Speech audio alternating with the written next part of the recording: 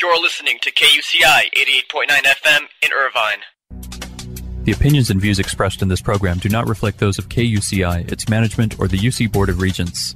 To find out more about this talk show or other talk shows broadcasting on KUCI, log on to our website at kuci.org or check out the latest program guide. This is Ashton Marcus, and I'm on location at the Pacific Residence Theater for their presentation of I Am Sophie. Hi, my name is Ashton Marcus. I'm with KUCI 88.9 FM in Irvine, and I'm here with... This is Corinne Shore with I Am Sophie.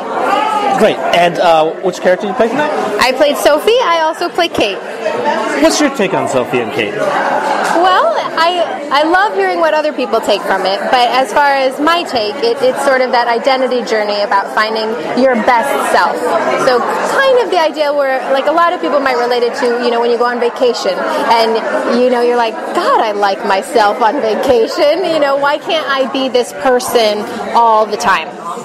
And it's sort of that kernel of an idea of what if we try to unlock the notion of really cultivating and being our best, truest self all the time, for everybody, no matter the consequences.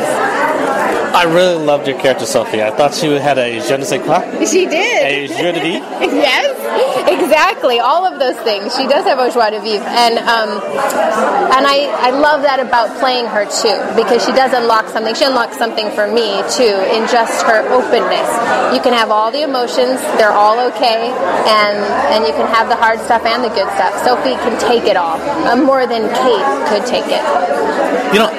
Ashton Marcus is my real name. I actually assumed the name when I actually started my show. Really? Yeah, and actually something strange happened to me. I was allowed to do things I never dared to do because I'm actually a very shy person. I mean, you wouldn't tell that from knowing about me. No, I wouldn't. From right now, I wouldn't. Right. Well, and also there's a lot of things I didn't think I could do, and a lot of people have said Ashton Marcus is actually a very good journalist, a very good reporter, and actually very, very engaging and all that. And it turns out I'm really not that at all. But I love hearing that because it makes me kind of think of like Beyonce talks about Sasha Fierce, as like her alter ego that she is on stage. Like I think there are so many of us that can tap into another side of ourselves, and it usually involves a fairly big permission slip to do things that you didn't do before. Also have a question. Are you a method actor?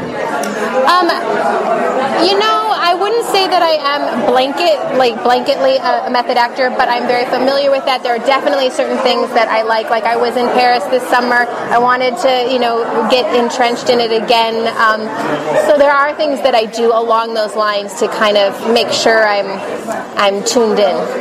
I actually interviewed a person who actually was a method actor, and I interviewed another person who said she'll never do that, and she said she does it because of mental health reasons. She doesn't want to just be possessed and suddenly forget who she is at any given time. Yeah, that's fascinating because I will say some of my characters come home with me, and so you do have to be a little bit careful of those lines, but I have such fun being Sophie that I also feel like it's currently, having done her for so long, it's an easier thing to put on, and I can also take her off.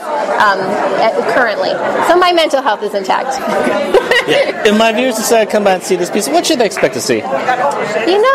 What should they expect to see? I think they should expect to meet someone new. I think it's kind of like as if you went out for coffee with someone new. Like, you're going to meet Sophie and you're going to get to know a lot about her, and you can kind of decide to be her friend for a bit. I think expect to be open and take in another human being at their word. Well, I love the performance. I thought it was a tour de force. Thank you. Thank you so much. I really appreciate you coming. Yeah, I really enjoyed Sophie. It was almost like having conversation, almost even going to France for a short period of time, and just going to a cafe, almost like being on a date, you know what I mean? Yeah, and getting to know them, really truly getting to know them. And she opens herself up to you, and she asks, I think, the same of the audience, like to participate back.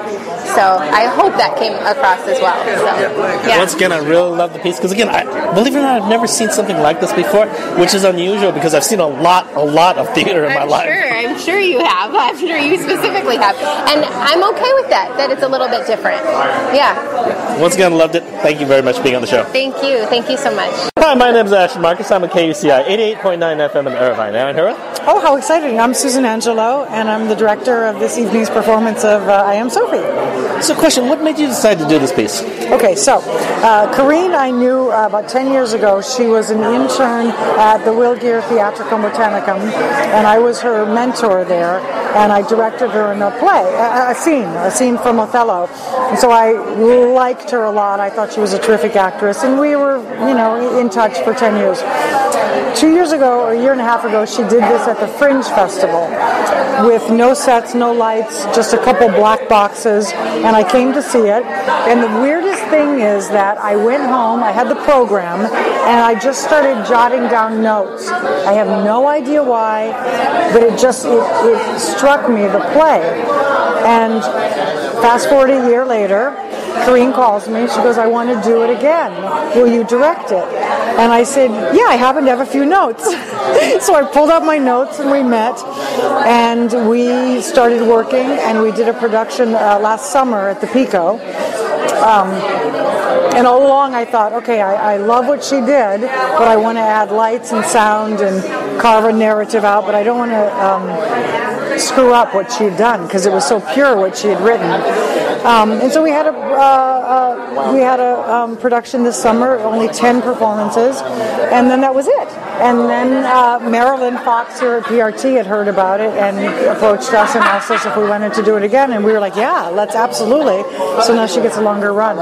So basically, if my viewers decide to come out and see this piece, what should they expect to see? Well, I heard what she said. Here's what I loved about it the first time I saw it, is that I love the audience reaction. I was sitting there as an audience member, and I heard people laughing, I heard people crying. I kept looking around going, what is it about this open young woman who's speaking to everybody in the audience, whether you're old, you're young, you're male, female, black, white. I was really taken by that. So I feel like it's a story about, a girl who's just so open that it goes to the heart of everybody watching, that it becomes all of our story about who are we? Who do we want to be?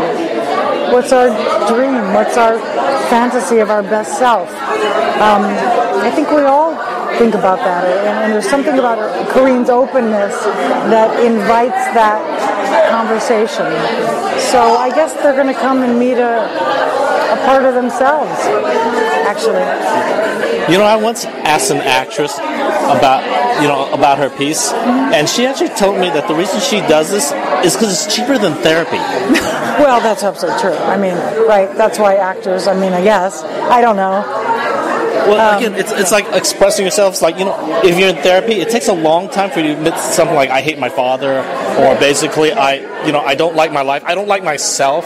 But when you do it in front of an audience, it's very refreshing, it's very, very sobering, it's very, again, you're doing it in public. Well, it's the cathartic aspect of theater, and people coming together to witness and to learn together. That's the community. That's why theater is so powerful. It's like church to me.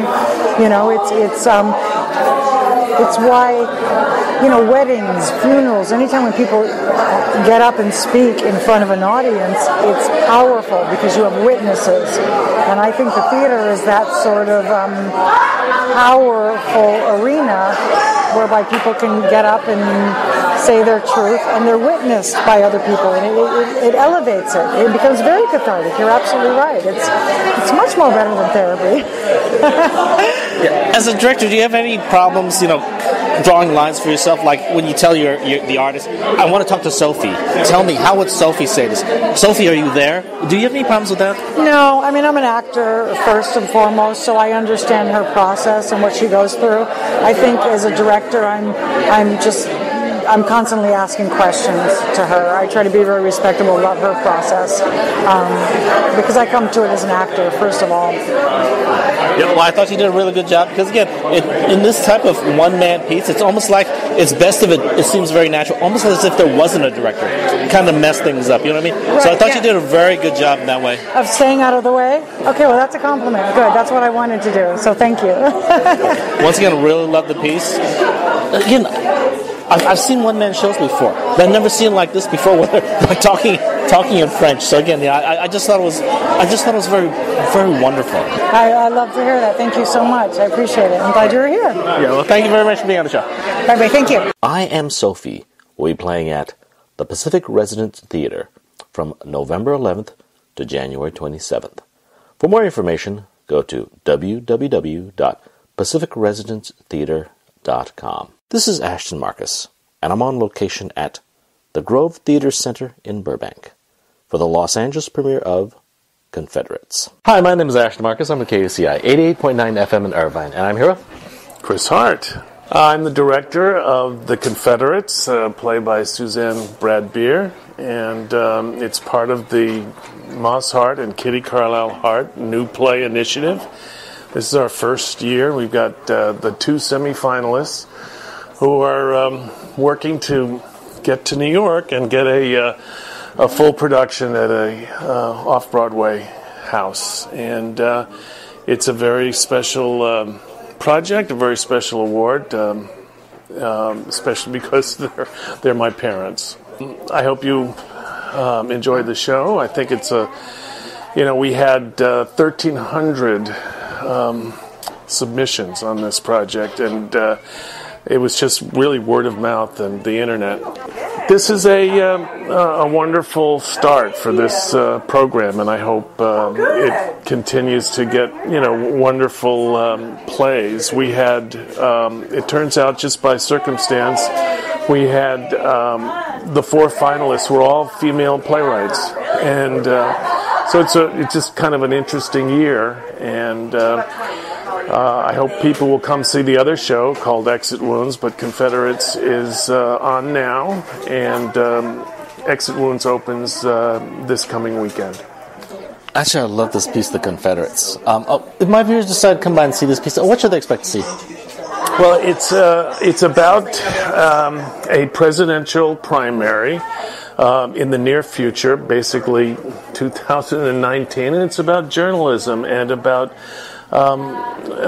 racism in America, and what journalists have to do to get the story, and whether or not it hurts people, whether or not it's a story that is worthy. It brings up all sorts of questions, and there's wonderful discussions afterwards. We did a reading in New York of the top four plays, and people, were just, wondering whether this was the only ending, and it's got a lot of people talking. It's a very contemporary story about, the world we live in today, and what might happen in the near future. Well, again, I love the piece. I thought it was well done. It was exciting. Beautifully written. This woman, by the way, is a Pulitzer Prize nominee. I mean, she was a finalist for the Pulitzer in playwriting 3 years ago. So she's really top-notch playwright, and I was just wonderfully thrilled that the majority of the people who submitted plays were all professionals. They all had agents. They are people who do this for a living, and they made a real mark on the fact that so many people cared about making an attempt to have new plays seen and given a full productions. Nobody else does this, so this is hopefully starting off with a bang and keep going. Also loved your choice in casting. They were fantastic. Yeah, what do you look for in your casting? There's so many good actors in Los Angeles. I used to live here. I ran a theater for a while. I did television, and I did, I ended up going back to New York because that's where I grew up, and I wanted to, be with my mom as she was getting on. I wanted my daughter to know to her grandma. But, it's a wonderful theater town, and they're just terrific actors. The casting was great. You can see by the quality of the people here that it's first class, and these people have all done a lot of theater. Most people think of, L.A. and Hollywood as a TV and movie town, but it isn't. It's there's a lot of good theater, and I've done a lot here. I've worked at the Geffen, and on and on. So please come see Confederates and Exit Wounds at the Burbank GTC, and it's a thoughtful play and beautifully written and wonderfully acted. So I'm really happy with how it turned out. Yeah, well, I loved it also. Thank you very much for being on the show. Thank you very much. Hi, my name is Ashton Marcus. I'm with KUCI 88.9 FM in Irvine, and I'm here with Daryl Brown. I'm from New York. I'm an actor, and I just love telling stories. Great. And which character did you play tonight? I played Will. Will is conflicted. He's a journalist that, he's a newbie, so he doesn't know all the things that come with being a journalist, the hard decisions that you need to make, and he is being pulled in multiple directions, and being that he's young, he has a child, he's single, and he's just trying to navigate it all, and it proves to be a lot more than he thought it would be. I loved your performance. You were fantastic. Basically, I'm taking Thanksgiving off, so I'm exhausted because I'm seeing like 5 shows this week. And basically, I was dragging myself in here, and I had no problems engaging with this play. You connected with the audience. I loved your character. Your character was so... First of all, he wasn't iconic like your iconic hero. He was a young and newbie coming up, but he had his principles, and he kind of just...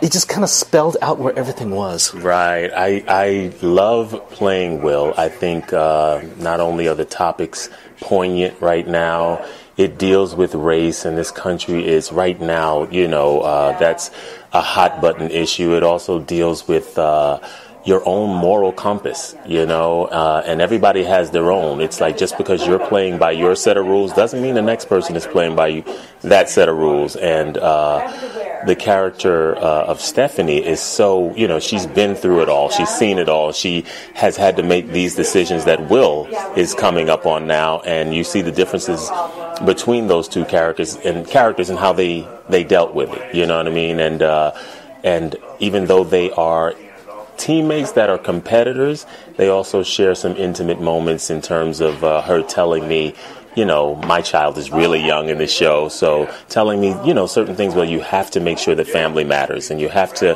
but at the same time, she's tough as nails and telling me, listen, we can't wear cotton gloves around anybody. We have to, tell the stories as they're presented to us.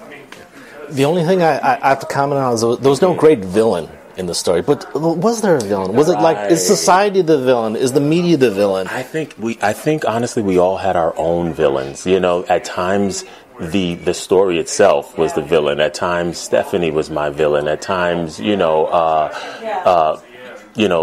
circumstances that I have with my child and my ex, is the villain. And I think it's different for Maddie's character, and I also think it's different for Stephanie's character as well, Yeah. Well, I love this performance. I thought it was like Woodward and Bernstein. Wow. I thought it was very, very engaging, and I just loved the piece. Thank you so much. It's definitely a labor of love because the issues they're very relatable, even though everybody might not be a journalist, but everybody has a moral compass, and everybody has to choose light or dark or right or wrong, and the topics of that the play deals with, it's in our country today, in our history, it's not that long ago that flag was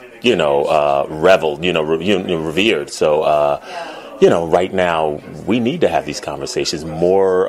It's more important than ever, actually.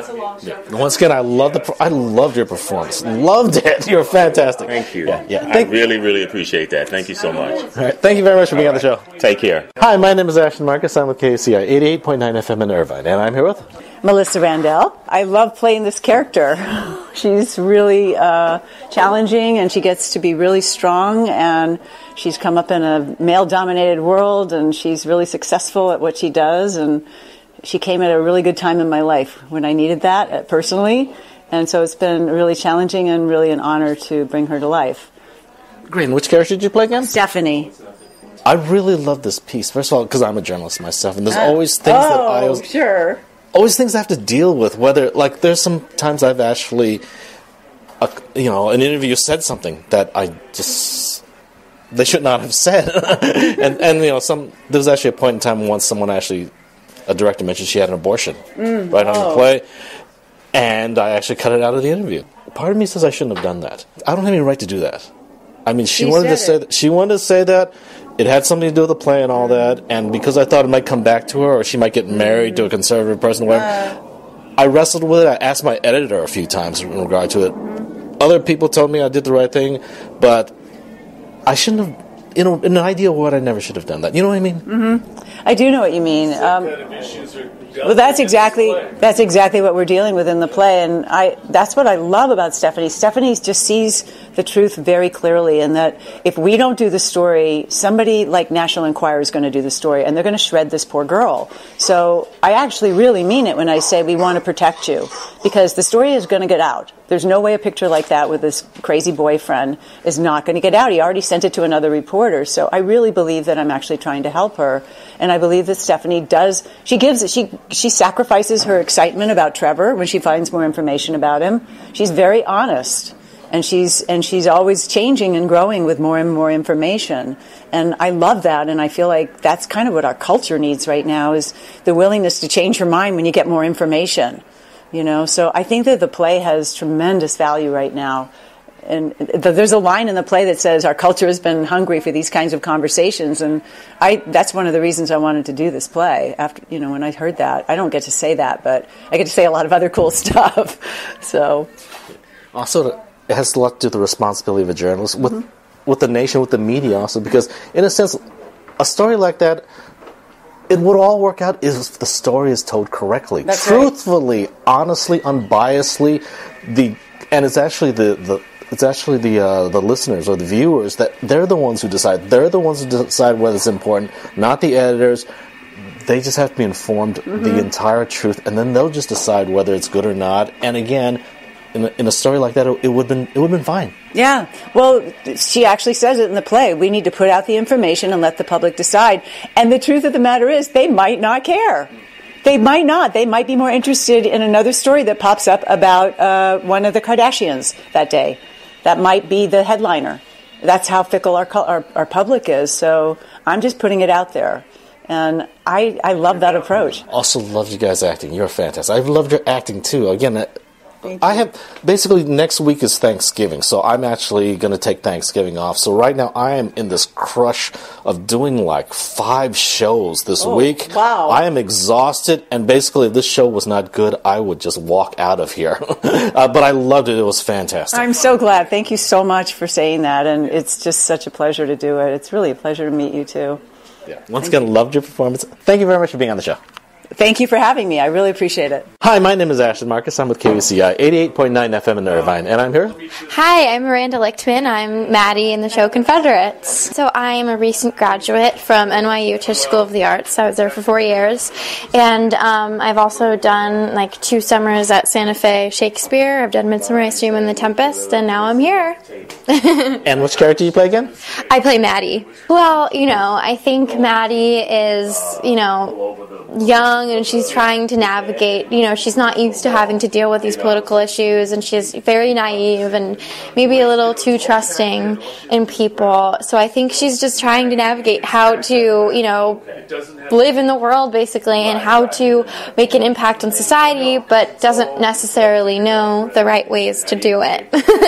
Yeah, I think she's a little confused about how to make that impact, but I think she comes from a good place. I do. Yeah, I always wondered about basically children of politicians, because I believe Obama once said, You have your wallet, right? children should not be involved in politics. They should be sheltered no matter what they do. Yeah. Because again, they're not the ones who basically are getting in power. They're not the ones who decide policy and all that.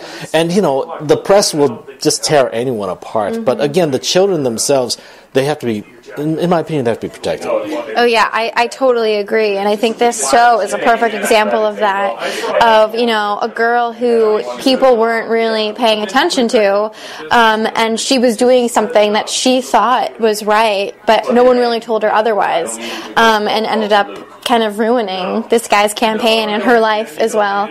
I totally agree. I think children of politics definitely have to be protected and looked out for and paid attention to, definitely. Well, I loved your performance. I love the way you act. At times you were, because, you're not a kid, basically, but, you're actually playing a kid at times. You're playing someone, being drowned by the situation. Yeah. Someone who actually made a mistake. Someone who actually had principles, who actually tried to stand up, who actually tried to do something with their life. Mm-hmm. Yeah, totally. Thank you. I think something that we talked about with the writer is how this show is really just mostly about complex people more than anything. How, there are two sides to people, and especially her, like she says at the end, I never consciously tried to hurt anybody. She definitely has some issues with privilege and, how she grew up, but she, ultimately wants to try and do the right thing and wants to be a good person. So I think she's definitely a really complicated but interesting character. Yeah. It's a definitely thing. I definitely feel my viewers should come by and see this, because basically, like I said before, Thanksgiving I'm not doing anything because I'm taking the time off. I am going through like 5 shows right now. I've got to see a show after this, in fact. Oh my God. And I was just, like 2 days ago, I walked out on a show, basically, without doing interviews, just because that's how much pressure I'm on right now. Mm-hmm. So basically, this show engaged me. I loved it, and I recommend it to anyone who wants to come by and see it. Oh, I'm so happy. That's so great. Yeah, I recommend it too. I hope everyone comes down and sees it. I'm so glad that you loved it. That's great. Yeah. Yeah, and also loved your performance, too. Thank you very much for being on the show. Thanks so much. Bye-bye. Confederates will be playing at the Grove Theater Center in Burbank from November 9th to December 16th.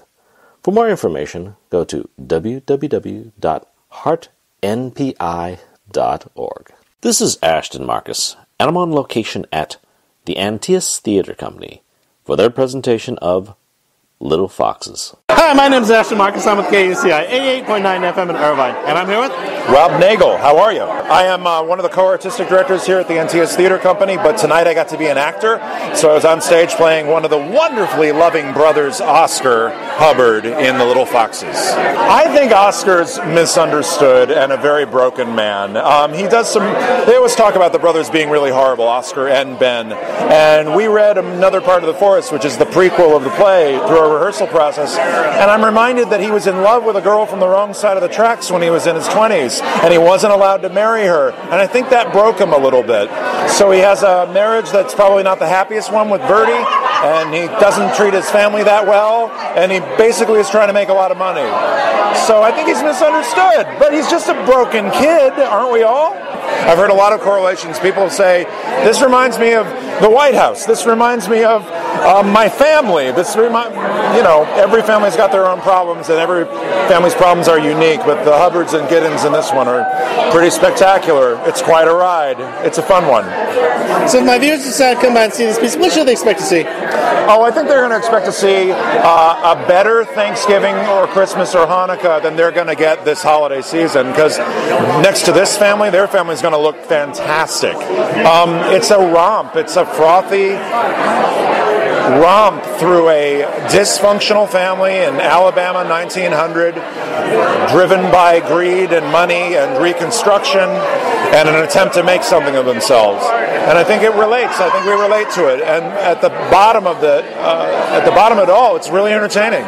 It's entertaining to sit and watch and be a fly on the wall. I love the piece. I thought it was very realistic. I could see the drama between it. It's like you're married to someone that you don't like, and then but basically you have to stay married. Why are you still married?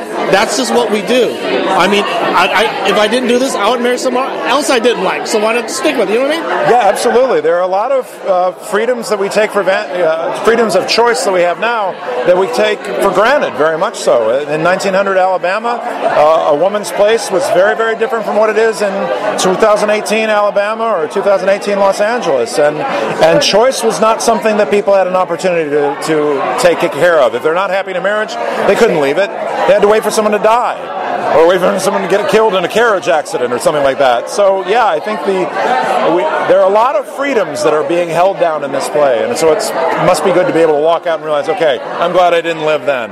I'm glad I've got this world to walk into.